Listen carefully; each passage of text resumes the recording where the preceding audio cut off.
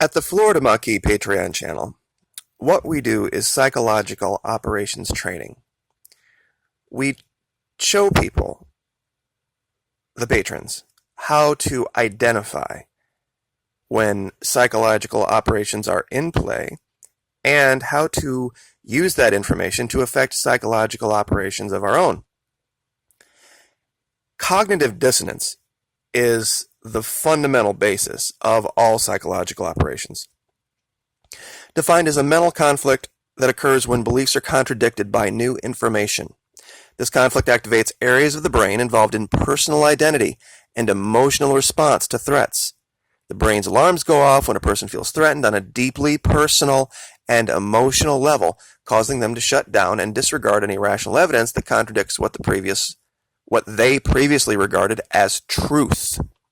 Now, we know, of course, that YouTube is overrun with truther channels that very, very closely ally themselves with the prepper community and the folks that are the survivalists.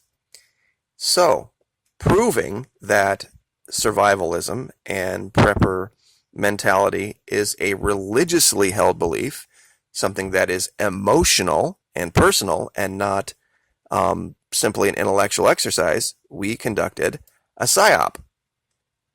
And it worked like a charm. The response was amazing. It was beyond anything I had ever predicted. Of course, the belief system is the religious tenet of running out into the middle of nowhere, prepping and hoarding food, hoarding water, and going to the range every weekend, and learning how to use a rifle and all this kind of stuff. It was a religion, and you could see it. And so when you introduced just with colors on a map something that was literally the opposite of their religiously held belief, it was almost seen as heresy. The inundation of thousands of trolls, and I'm not kidding, thousands of troll comments, and the paragraphs and paragraphs and the filthy language and the anger was amazing to see. It was an incredible training tool and revealed so much information about the mental state of these people on YouTube that are in this religion, in this cult. We're going to be going through the information for months to be able to put things together for future psychological operations simply by color coding a map. That's all it took. 10-minute video, did 3 of them. We kind of monkeyed with the colors a little bit, changed the shades of orange and red, and we left the colors off Canada and Mexico a couple times, but basically the same idea, and it worked like a charm. So thank you. To the trolls, that is. If you would like to attend training, if you would like to learn how this is done and the techniques, we would love to have you at the Florida Maquis. Training starts as little as $5 a month. And we go all the way up to 50. Secret level clearance, top secret level clearance, need to know. Maquis Roundtable and Maquis Masters. We do a video, we have 5 levels, and we do 5 videos a week, 1 for each level. So you will always have some level of training, and depending on how far up you go, the Maquis Masters have 20 training videos available to them a month, minimum. So we will leave that there, and of course, thank you to all of my patrons. I very much appreciate it. That channel is growing like wildfire, and the effect of it is proven. You can go to the numbers and look at the videos on YouTube and see what the effect has been. So, moving back to South America, however, most people had never heard of the ELN until they came to the Florida Maquis, the Ejército Liberación Nacional, National Liberation Army. A lot of people, of course, had heard of the FARC, the group that Manuel Santos sat down with and conducted a peace negotiation, got himself the Nobel Peace Prize. But the current president, the one set to take power 7 August, this guy named Duque, is a flat-out insane nut job. Because he's going to re-engage these guys. He's not even going to attempt to listen to them, talk to them, or engage with them in any kind of civil discussion. And let me reveal a quote for you here. Duque and Uribe Uribe was this guy's mentor, the guy who was president before Santos, have threatened to end talks that were started by outgoing President Juan Manuel Santos. But according to the ICG, the costs to the country of resuming war would be high, with virtually no chance of defeating the guerrilla organization with sheer force. Now, the ELN is second probably only to the Spanish Maquis in effective guerrilla operations. If you really want to see how you operate in a resistance and what works and how you do it, watch the ELN. The ICG urged the UN and foreign governments that support the talks to stress to Duque the grave dangers of returning to conflict. The ELN's decades-old safe havens in neighboring Venezuela, growing involvement in drug trafficking, and decentralized structure make the group virtually impossible to defeat. And they are. And I have said this before, and I'll say it again, one piece of information that a lot of folks don't know. You would have had to have been down there and involved in this. They're run by women. And these people have the invisibility card played all the way out to the max. You can't find them.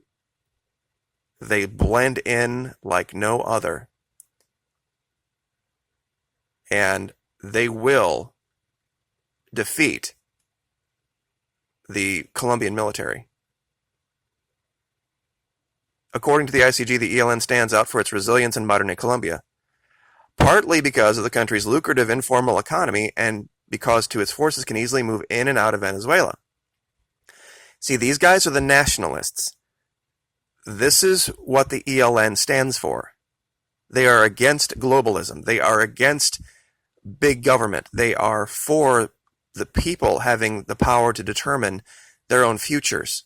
They're for one man, one vote. They're for people having arms and being able to rise up and overthrow evil governments. And that's why these people have not been able to be defeated. And mark my words, it's coming. When Duque takes power, it is going to be hands-off, straight-up shooting war through Venezuela, Colombia, Ecuador, and Panama will find itself in the crosshairs. They're not going to ignore that giant Easter egg, for lack of a better term to describe it. They're going to overthrow the government in Colombia, one way or the other, because they have the popular support of the people. But I do see how this could possibly be used as an excuse to invade Venezuela. This group, the ELN, and their issue with the Colombian government. So watch for this in the future. Also, in one final little piece of news that's not huge, but it's something to keep an eye on. There's this story that some major players are deciding that they're going to get away from the US dollar and the euro. Now, a lot of people know that China holds a lot of our debt. If they started dumping the US dollar, all the bonds, and selling them because they didn't think they were going to be worth anything, it could do damage to our economy in ways that no one's going to fix. And now we're seeing the BRICS countries, Brazil, Russia, India, China, South Africa. You add in Turkey, the fact that we are exporting basically all of our resources now overseas for cash shows what the problem in our country is now. And they're not telling you is that it's more important to have the money than the resources for the U.S. right now. I can't think of any other reason why we would be thinking of opening up our strategic national reserve to firm up the price of oil when we are exporting oil at a record rate to India while simultaneously doubling our imports of oil from Venezuela. It's insane. So, anyway, I just wanted to cover that and once again say thank you to those of you who participated in our cognitive dissonance psychological operations. A lot of you saw right through it. A lot of you came to me privately and said, "Hey, great operation." So, as far as my normal audience goes, I'll still say it again: the smartest, brightest, most intelligent, informed audience on YouTube, bar none. And we will see you next time. Like, share, subscribe.